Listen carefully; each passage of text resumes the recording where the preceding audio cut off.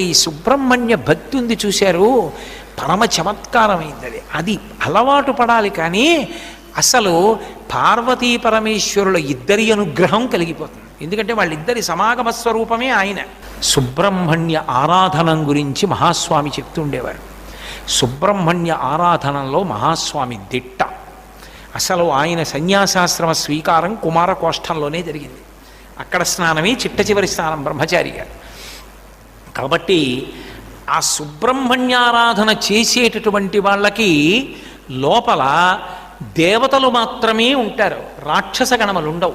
రాక్షస గణములు లేని కారణం చేత, దేవతలే ఉన్న కారణం చేత వాళ్ళ కర్మానుష్ఠానం అంతా పరమభక్తి తత్పరతతో నిండిపోతుంది, పరమధార్మికంగా ఉంటారు. ఈ సుబ్రహ్మణ్య భక్తి ఉంది చూశారు, పరమ చమత్కారమైంది అది. అది అలవాటు పడాలి. కానీ అసలు పార్వతీ పరమేశ్వరు